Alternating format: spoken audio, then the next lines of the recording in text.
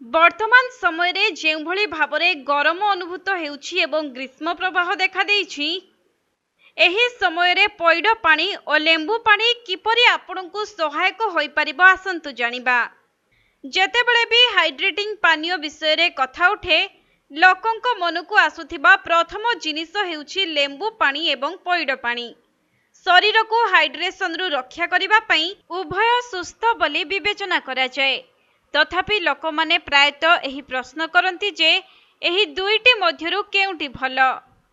जदि आमे पैड पानी विषय रे कहिबा एहार इलेक्ट्रोलाइट गुण पई जनाशुना जहा एहाकू हाइड्रेशन पई सर्वोत्तम बोली विवेचना करिथाए। नडिया पानी रे पोटासियम, सोडियम, कैल्शियम, इलेक्ट्रोलाइट एवं मैग्नेशियम प्रचुर परिमाण रे रहिथाए। शरीर रे थिबा तरल पदार्थ को संतुलित करिबा एवं मांसपेशी गठन करिबारे एगुड़िक सहायक होइथाए। एथि सहित पैड पानी रे कार्बोहाइड्रेट भरपूर मात्रा रे रहिथाए जहा आपनकु तत्क्षणात एनर्जी देइथाए।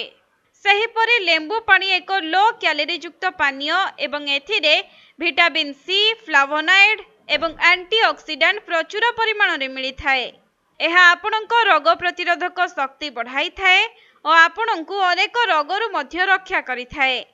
एहा व्यतीत लेंबु पानी आपनक हजम प्रक्रिया को सुस्थ रखिबारे मध्य सहायक हुए।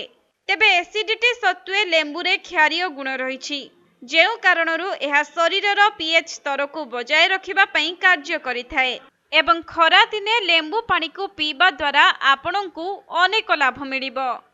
तेनु ग्रीष्म ऋतु रे आपनक शरीर को हाइड्रेशन रु रक्षा करिबा पई आपण उभय लेंबु पानी और पैड पानी पी पारिबे।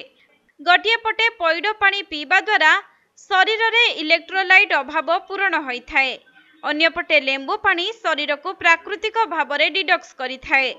वास्तव रे ग्रीष्म ऋतु रे अत्यधिक झाल बाहरिबा हेतु आपण शीघ्र थका अनुभव करिबा आरंभ करंती। एपरि परिस्थिति रे आपण प्रतिदिन सकाळे खाली पेटरे पैड पानी पी निज दिन आरंभ करि परिबे।